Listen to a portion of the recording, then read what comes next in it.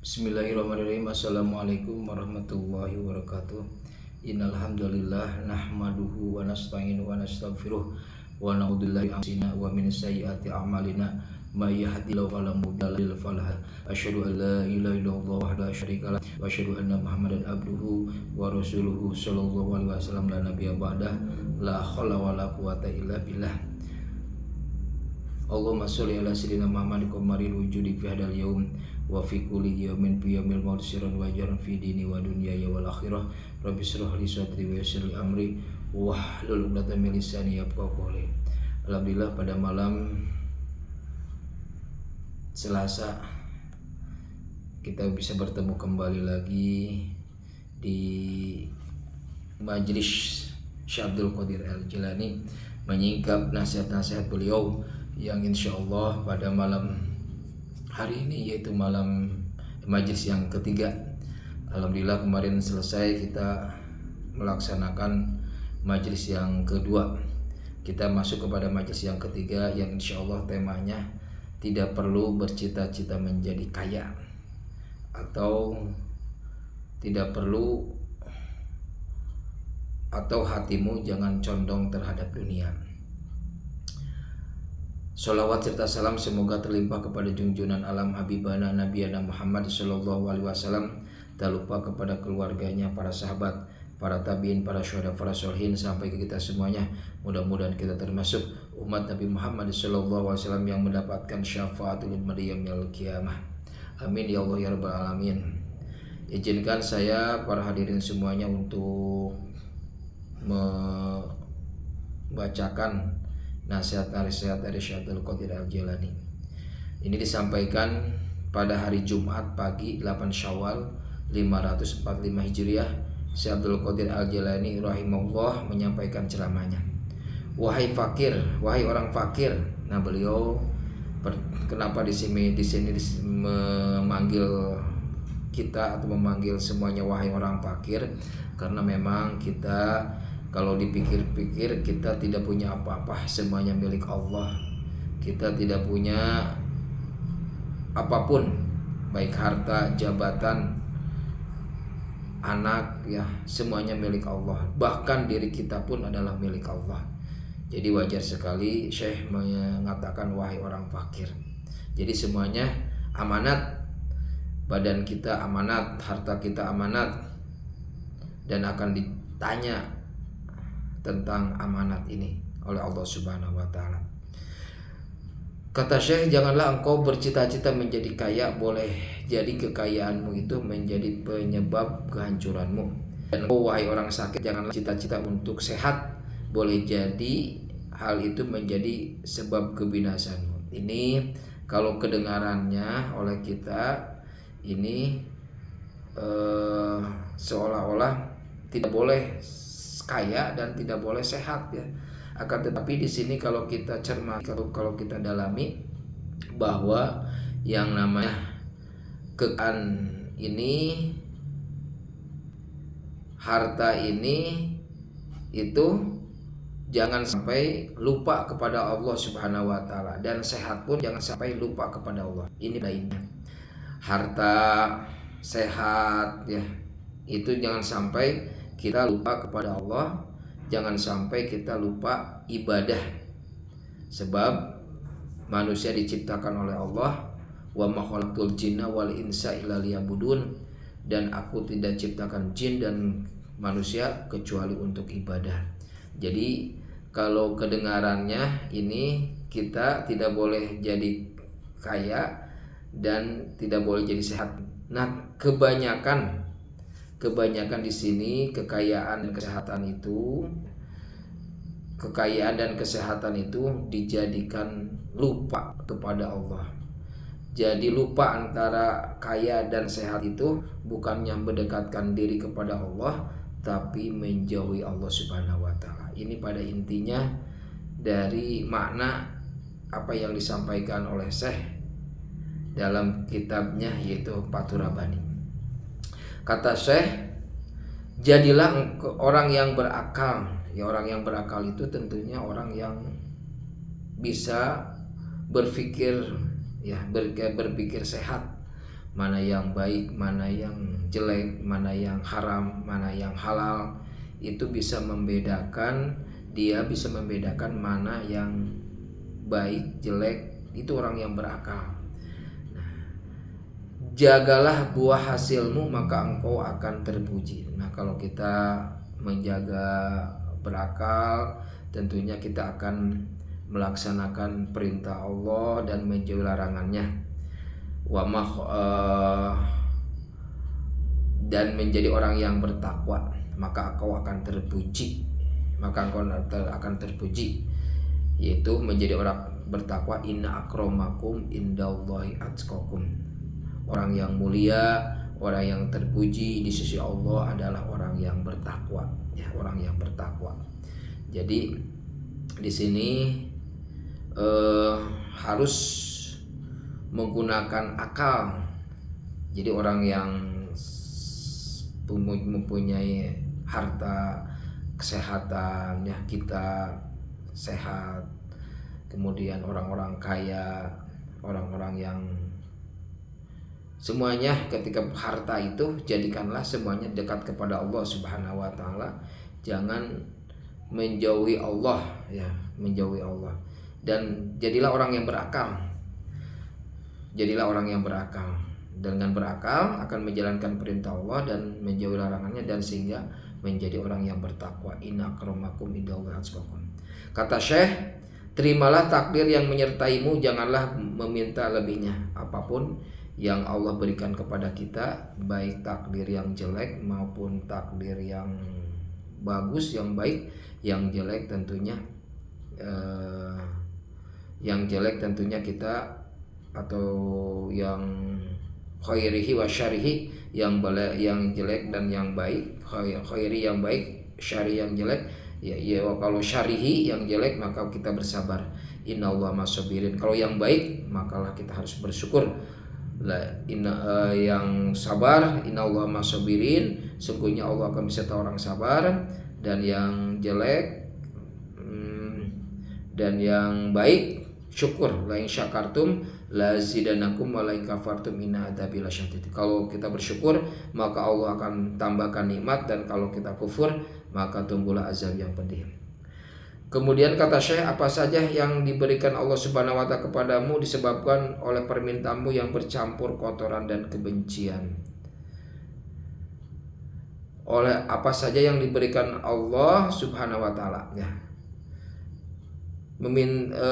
Janganlah meminta, terimalah takdir yang menyertaimu, janganlah meminta lebih darinya. Jadi jangan meminta lebih. Artinya kita meminta boleh secara duniawi dan akhirat.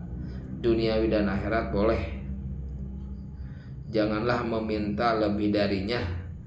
Artinya semuanya yang telah ditakdirkan oleh Allah Subhanahu wa taala, ditulis dalam kitab Lauhul Mahfuz di alam ruh, itu sudah ditakdirkan. Dan kita jangan meminta lebih darinya. Artinya kita tidak bisa melebihi takdir Allah. Takdir Allah tidak bisa melebihi takdir Allah. Tapi kita tetap berdoa, tetap memohon kepada Allah yang terbaik, ya, yang terbaik, semuanya yang terbaik, ya, terbaik dalam kehidupan kita ini, ingin mendapatkan ridho dari Allah Subhanahu wa taala. Apa saja yang diberikan Allah Subhanahu wa taala kita harus terima. Kepadamu disebabkan oleh permintaanmu yang bercampur kotoran dan kebencian. Jadi terkadang permintaan kita terkadang banyak, ada yang supaya orang lain celaka, bercampur dengan kotoran kebencian. Ada permintaan, ya Allah tolonglah, misalkan contoh, ya Allah tolonglah, mohonlah orang tersebut celaka. Itu tidak boleh. Kita tidak boleh meminta kepada Allah kotoran dan kebencian, kecuali kalau ya Allah berikanlah hidayah kepada mereka, itu boleh. Tidak boleh kita permintaan tersebut dicampuri dengan kebencian, kotoran.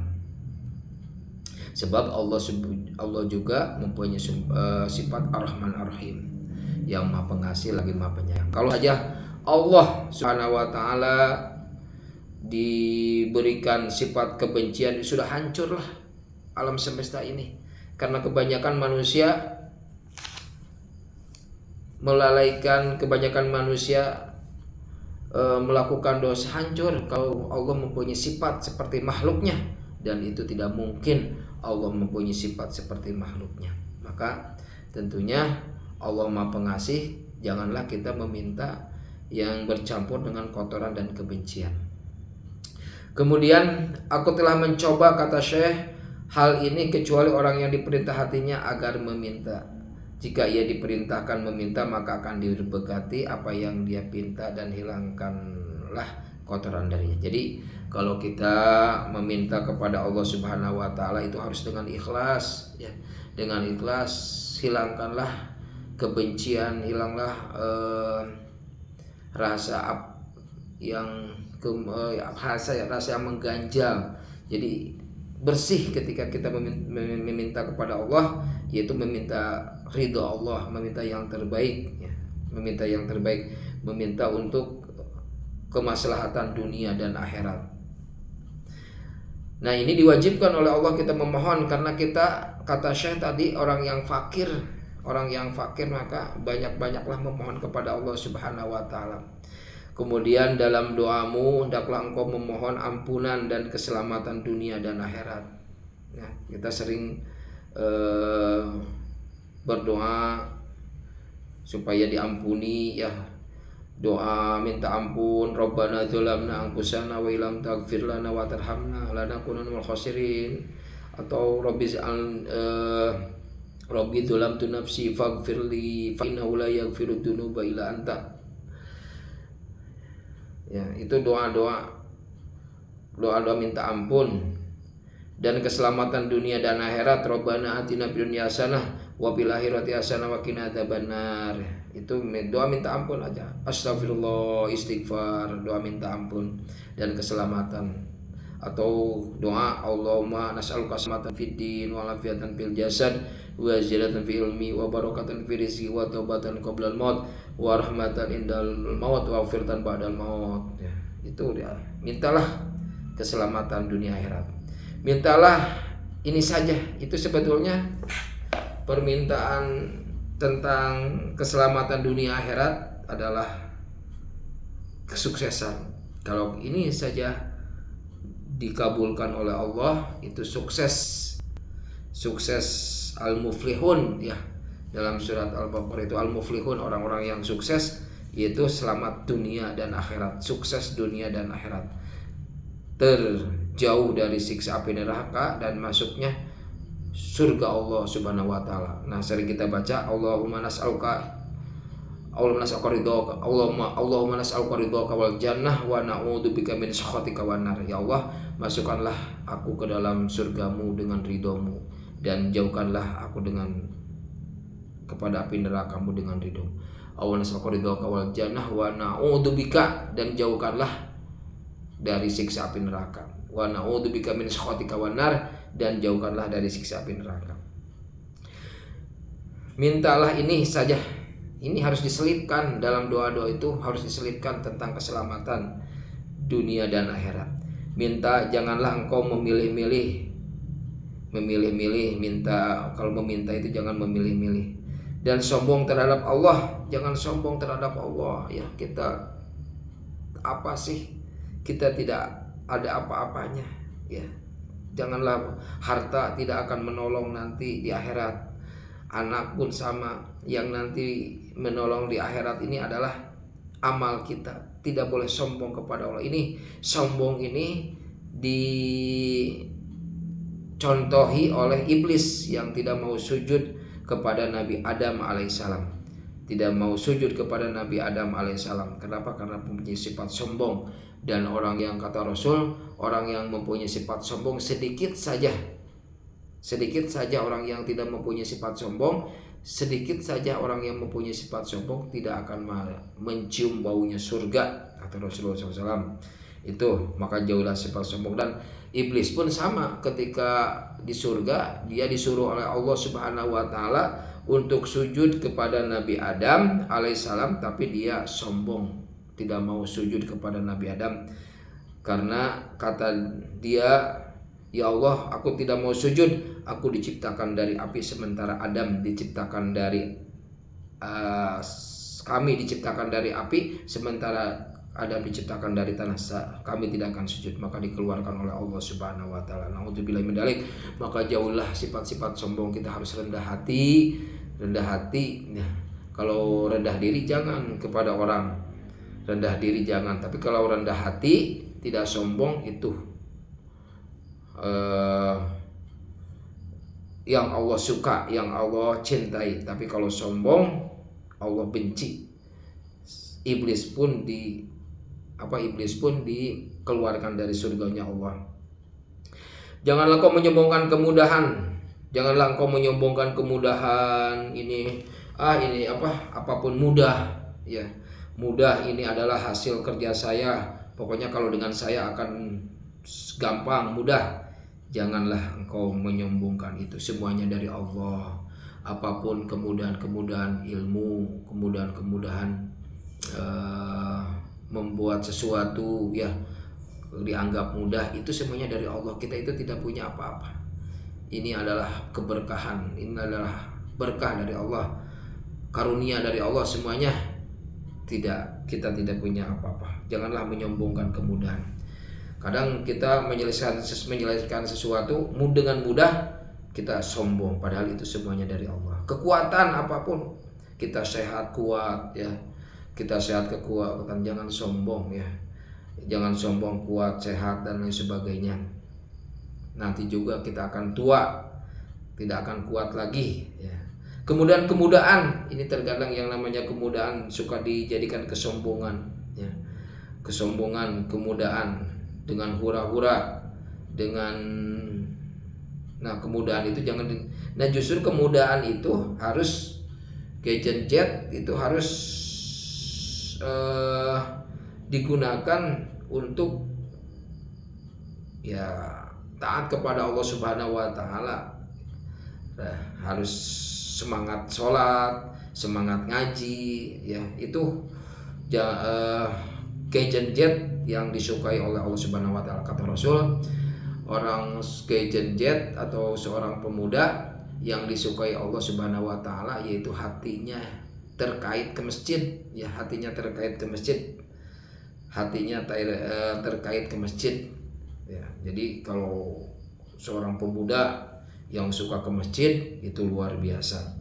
Kalau yang tua mah ya, yang tua itu sudah biasa. Tapi kalau yang muda rajin ke masjid, rajin ibadah, rajin ngaji, itu luar biasa.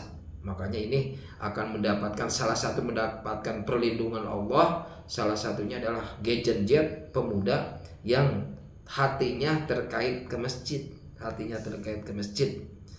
ya. Ibadah kepada Allah Subhanahu wa taala itu luar biasa. Kemudahanmu agar dia tidak menghancurkanmu dan menyiksamu. Jadi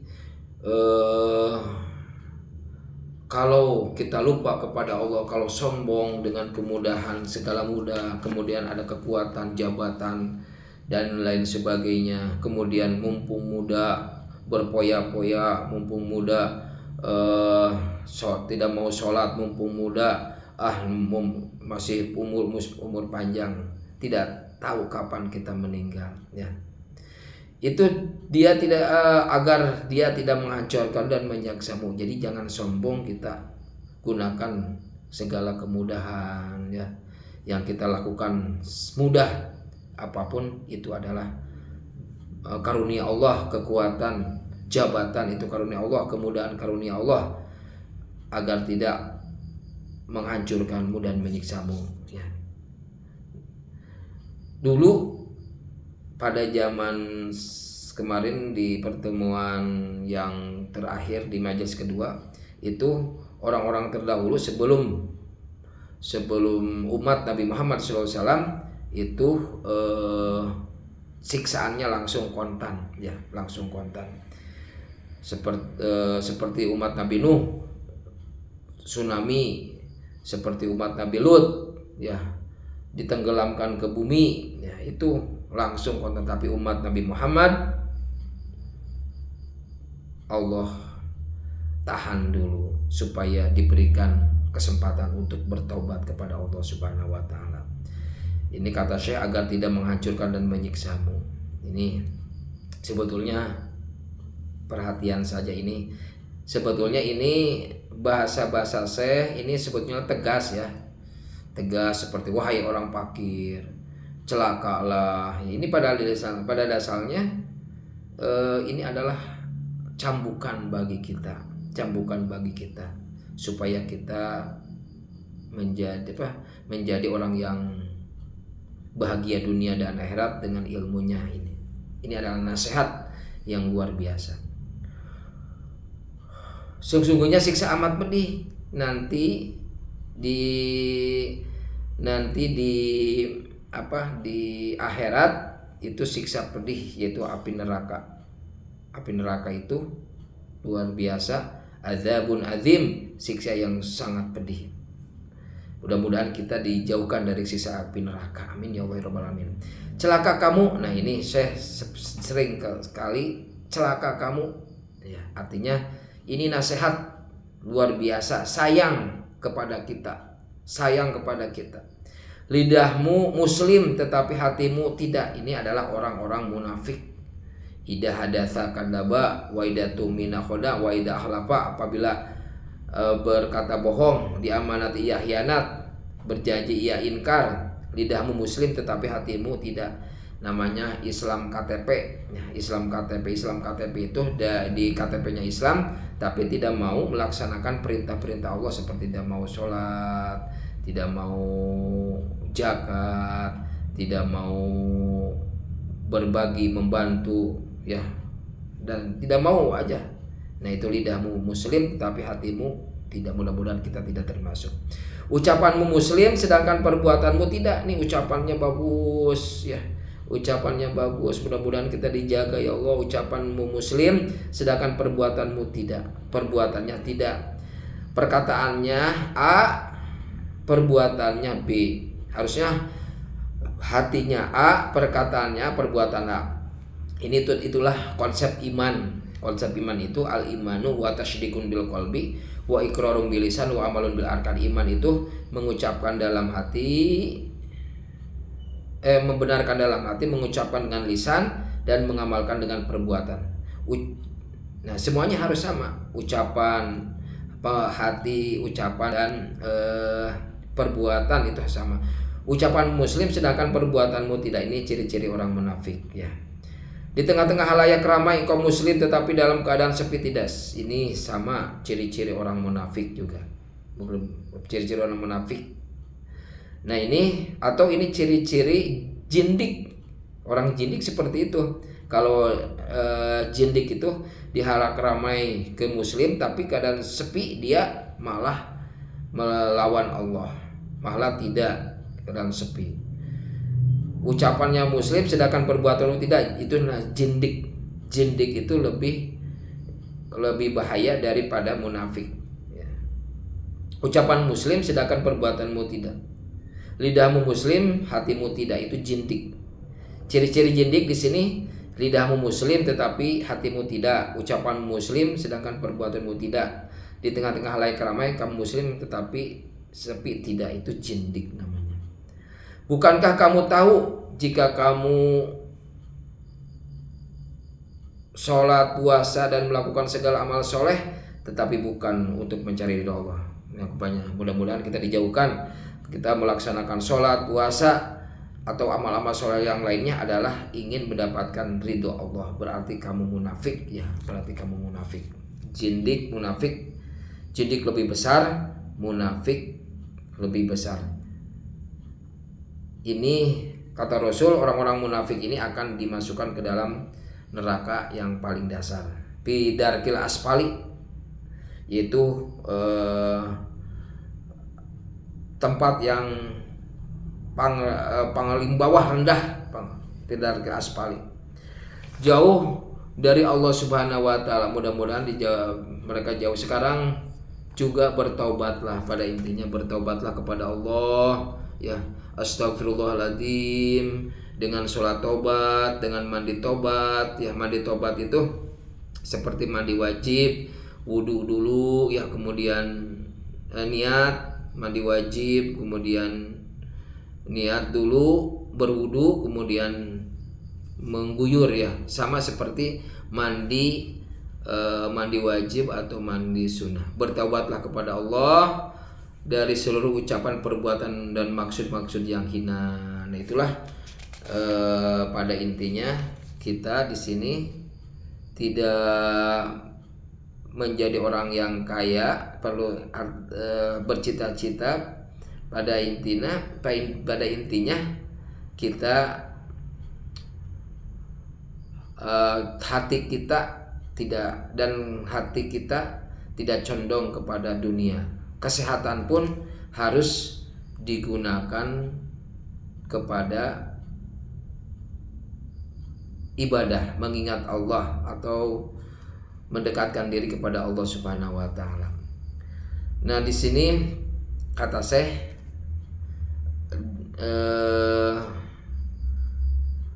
bukan berarti kita tidak boleh kaya ya, bukan berarti tidak boleh kaya. Justru umat Islam itu harus kaya. Kekayaannya harus membantu orang lain, dan umat Islam harus sehat ya. Seperti di pertemuan kemarin, Syekh Abdul Qadir Al-Jailani itu memerintahkan supaya umat Islam sehat. Kemudian terimalah takdir yang telah Allah berikan. Terimalah takdir yang telah Allah berikan kepada kita. Kemudian hendaklah engkau memohon ampunan keselamatan dunia dan akhirat. Kemudian kita harus menjauhi sifat sombong ya, sombong harta, sombong apa saja ya. Jangan sombong. Kemudian janganlah kau menyombongkan kemudahan, kekuatan dan kemudahanmu. Ini masih tentang dunia sebetulnya ya, tentang dunia, tentang apa ya, tentang kekayaan. Ini menjelaskan seperti itu, menasehati kita. Kemudian celakalah kamu lidah muslim, ini menjauhkan jindik, menjauhkan munafik ya. Jindik itu lidahmu muslim, hatimu tidak, ucapan muslim, sedangkan perbuatanmu tidak. Di tengah ramai kamu muslim, tetapi kamu tidak, itu jindik.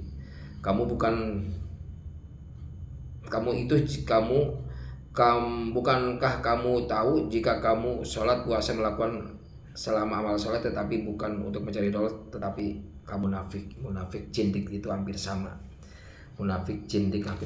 Kemudian semuanya itu harus bertobatlah kepada Allah Subhanahu wa taala dengan taubatan nasuha, dengan taubat yang sebenarnya, baik ucapan, baik seluruh ucapan, perbuatan, maksud, dan tentu semuanya kita memohon ampun kepada Allah Subhanahu wa taala. Itu saja, mudah-mudahan ada manfaatnya pada pertemuan kali ini. Pada intinya semuanya kita dengan ini adalah kembali kepada Allah, yaitu kita bertobat kepada Allah Subhanahu wa taala dan memohon kepada Allah ampunan dan keselamatan dunia dan akhirat. Rabbana atina fid dunya hasanah wa fil akhirati hasanah wa qina adzabannar. Subhana rabbika rabbil izzati amma yasifun wa salamun alal mursalin walhamdulillahi rabbil alamin. Kalau benar itu datang dari Allah, kalau salah itu dari kebodohan pribadi. Wa iyyakum wassalamu minallah wa iyyakum wa minni. Wassalamualaikum warahmatullahi wabarakatuh.